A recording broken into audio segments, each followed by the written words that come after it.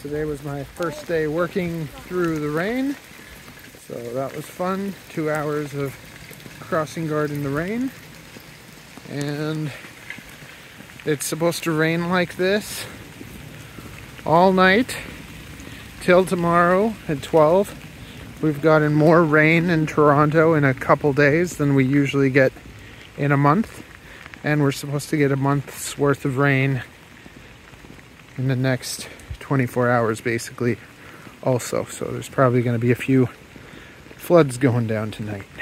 But it's going to have a torrential downpour. This is normal rain. Oh, it's just, but it's continuous. We're going to have 50 millimeters of rain. Yeah. See how it builds up into corners? And it's just starting. So it's going to go all night long. We're going to have thunderstorms. And it's going to keep going all night until tomorrow at 12. Yeah. It's going to flood again.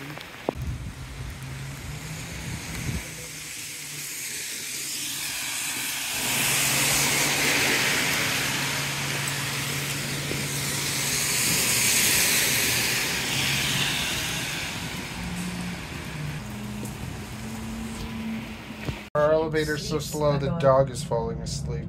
That's right.